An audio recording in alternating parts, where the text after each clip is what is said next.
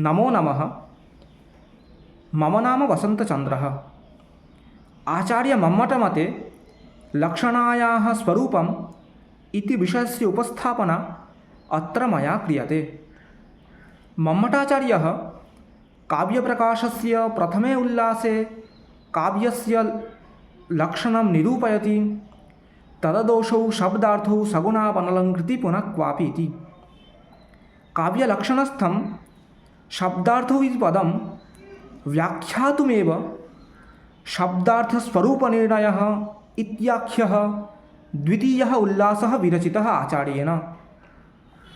द्वितीयस्य उल्लासस्य आदौ एव स्याद्वाचको लाक्षणिकः शब्दोत्तरव्यञ्जकस्त्रिधा इत्येवं प्रकारेण उपाधिभेदात् शब्दस्य त्रैविध्यं प्रतिपादितम्।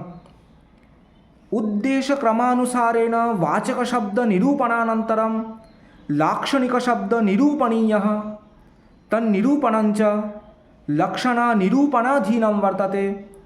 अतः उद्देशलक्षणपरीक्षाक्रमेण लक्षणायाः स्वरूपं निरूप्यते। मुख्यार्थबाधे तद् योगे रूढितोऽथ प्रयोजनात् अन्योर्थो लक्ष्यते यत् सा लक्षणारोपिता क्रिया इति तावत् लक्षणायाः स्वरूपं विद्यते। अत्र प्रत्येकं पदं विश्लिष्य व्याख्यायते। प्रथमं पदं तावत् मुख्यार्थबाधे इति। गङ्गायां घोषः इत्यादि उदाहरणे प्रत्यक्षादिप्रमाणेन मुख्यार्थस्य वाच्यार्थस्य प्रवाहादिरूपशक्यार्थस्य वा बाधे घोषादीनाम् अधिकरणत्वादीनाम् असम्भवरूपे बाधे सति अथवा अनुपपत्तिरूपे बाधे सति वस्तुतस्तु बाधे इत्यस्य तद्रूपेण वक्तृतात्पर्याविषयत्वे सति इत्यर्थः। अनन्तरं पदं विद्यते तद्योगे इति। तद्योगे नाम तस्य योगे, तस्य नाम प्रत्यक्षादिप्रमाणेन बाधितस्य मुख्यार्थस्य। योगे नाम सम्बन्धे सति, साक्षात् सम्बन्धे वा सति। अमुख्येन लक्षणीयेन तटाद्यर्थेन सह सामीप्यादिरूप साक्षात् सम्बन्धे सति इत्यर्थः आयाति। स च सम्बन्धः पञ्चप्रकारकः भवति इति अभिनवगुप्तपादाचार्येण ध्वन्यालोकलोचनटीकायामुच्यते। तथा हि निगद्यते अभिधेयेन सामीप्यात् सारूप्यात् समवायतः वैपरीत्यात् क्रियायोगात् लक्षणा पञ्चधा मता इति। रूढितः नाम प्रसिद्धिवशात्, प्रयोगप्रवाहाद् वा। अथ इति शब्दः विकल्पार्थकः अथवा इत्यर्थः।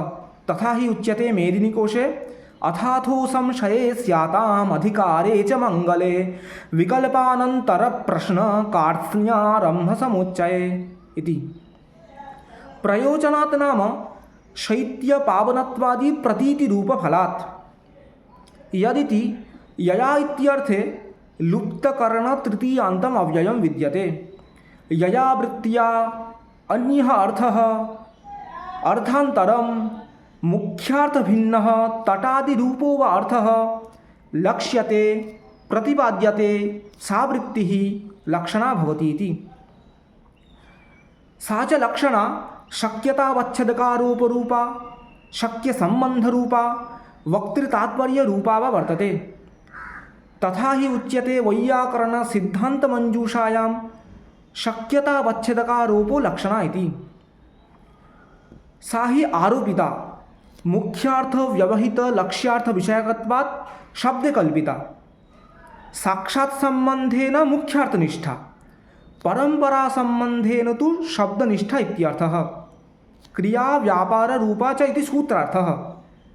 यदिति क्रियाविशेषणरूपेण स्वीकृत्य यत् लक्ष्यते यत् प्रतिपाद्यते सा प्रतिपत्तिः ज्ञानमेव वा लक्षणा इति कैश्चित् व्याख्यायते, परन्तु तद् अज्ञानविजृम्भितं वर्तते। यतो हि अभिधाव्यञ्जनावत् लक्षणापि वृत्तिः व्यापारो वा वर्तते। तस्मात् प्रतिपत्तिः ज्ञानं वा लक्षणा भवितुं न शक्नुयात्।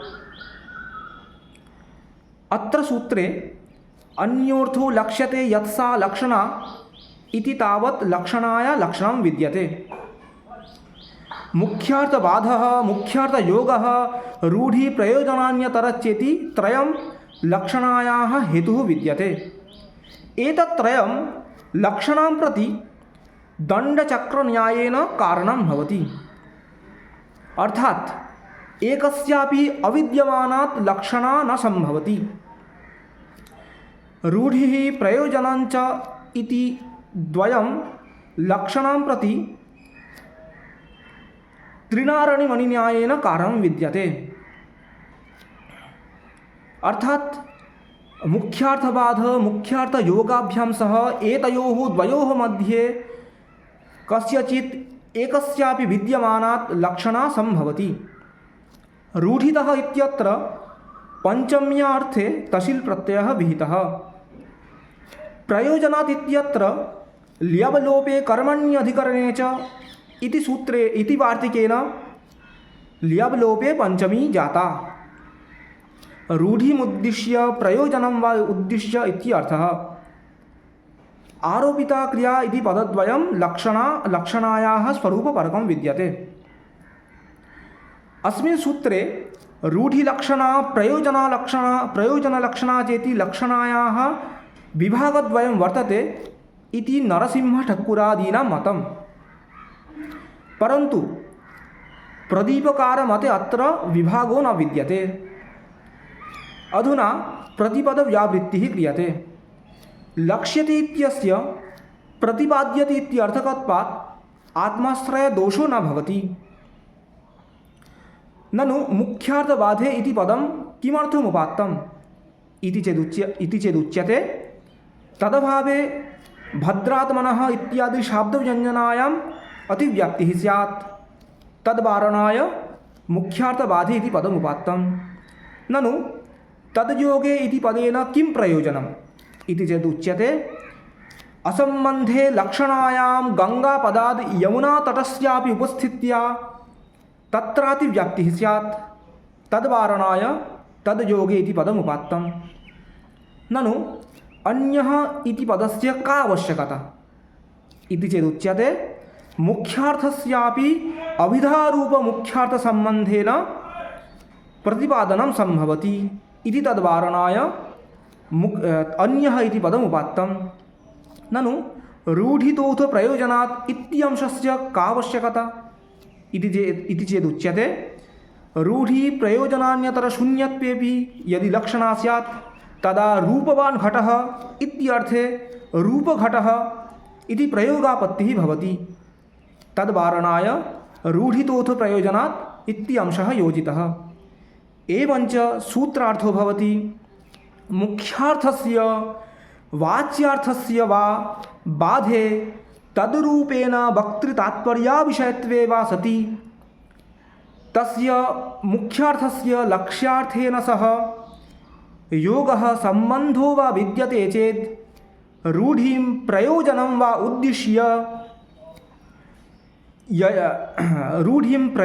उद्दिश्य यया वृत्त्या मुख्यार्थभिन्नः अन्यः अर्थः लक्ष्यते प्रतिपाद्यते सा वृत्तिः लक्षणा भवति। सा च लक्षणा शब्दे कल्पिता व्यापाररूपा भवति इत्यर्थः। उदाहरणं रूढिं हेतुरूपेण स्वीकृत्य मम्मटाचार्यः कर्मणि कुशलः इति उदाहरणं प्रदत्तवान्। प्रयोजनञ्च हेतुरूपेण स्वीकृत्य गङ्गायां घोषः इति उदाहरणं प्रदर्शितवान्। कर्मणि कुशलः इत्यत्र कथं लक्षणा भवति इति आदौ प्रदर्श्यते। कुशान् दर्भान् लाति सङ्गृह्णाति आदत्ते इति व्युत्पत्त्या कुशलपदस्य शक्यार्थो भवति कुशग्राही इति। कर्मणि कुशलः इति वाक्यं प्रयुज्यते चेत् कर्मणि दर्भग्रहणकारी इत्येवम् अर्थः आयाति। अर्थोऽयं वक्तुः तात्पर्यबोधोपयोगी नास्ति। तस्मात् मुख्यार्थबाधो भवति। कुशलपदः कुशलपदम् उच्चार्यते चेत् अस्माभिः दक्षो विवेचको वा इत्यर्थः बुध्यते। तेन दक्षरूपार्थेन सह मुख्यार्थस्य कुशग्राहिरूपार्थस्य विवेचकत्वरूपसम्बन्धः विद्यते। विवेचकत्वं नाम सद्वस्तुनः ग्रहणरूपा असद्वस्तुनश्च त्यागरूपा शक्तिः। सा शक्तिः कुशग्राहिनी वर्तते। स हि प्रयोजनीयं कुशं संगृह्णाति अप्रयोजनीयं च कुशं वर्जयति। तद्वत् कर्मणि दक्षो जनोपि प्रयोजनीयस्य ग्रहणम् अप्रयोजनीयस्य च वर्जनं करोति। एवं लक्ष्यार्थेन सह मुख्यार्थस्य योगः सम्बन्धो वा विद्यते। कुशलपदस्य दक्षार्थे प्रयोगः व्यवहारप्रसिद्ध्यर्थं जातः, न तु कस्यापि विशेषप्रयोजनस्य साधनाय। इयं व्यवहारप्रसिद्धिः एव रूढिः इति उच्यते। एवञ्च मुख्यार्थबाधः मुख्यार्थयोगः रूढिः चेति हेतुत्रयमत्र विद्यते। अतः लक्षणायाः लक्षणमत्र संगच्छते। प्रयोजनं हेतुरूपेण स्वीकृत्य मम्मटाचार्यः गङ्गायां घोषः इत्युदाहरणं प्रदत्तवान्। गङ्गापदस्य शक्यार्थो भवति जलप्रवाहः। जलप्रवाहे घोषः आभिरपल्लिः वा स्थातुं न शक्नुयात्, अतः मुख्यार्थस्य बाधो भवति। अर्थात् वक्तुः तात्पर्यस्य अनुपपत्तिः भवति। गङ्गापदस्य गङ्गातटे बोधनं गङ्गाशब्देन गङ्गातटस्य बोधनं वक्तुः अभिप्रायः विद्यते। तेन गङ्गातटरूपार्थेन सह जलप्रवाहस्य सामीप्यसम्बन्धः विद्यते। एवं मुख्यार्थबाधः मुख्यार्थयोगः चेति लक्षणाया हेतुद्वयस्य सद्भावोऽत्र प्रदर्शितः। अनन्तरं गङ्गाशब्दस्य लाक्षणिकार्थलाभाय तृतीयहेतोः रूढेः प्रयोजनस्य वा अन्वेषणं कर्तव्यम्। गङ्गापदस्य गङ्गातटरूपार्थे रूढित्वं प्राप्तुं न शक्यते, अतः प्रयोजनम् अन्वेष्टव्यम्। अत्र किं तावत् प्रयोजनम् इति चेत् उच्यते मम्मटाचार्येण, गङ्गातटे घोषः इत्यादेः प्रयोगात् येषां न तथा प्रतिपत्तिः तेषां पावनत्वादीनां धर्माणां तथा प्रतिपादनात्मनः प्रयोजनाच्च इति।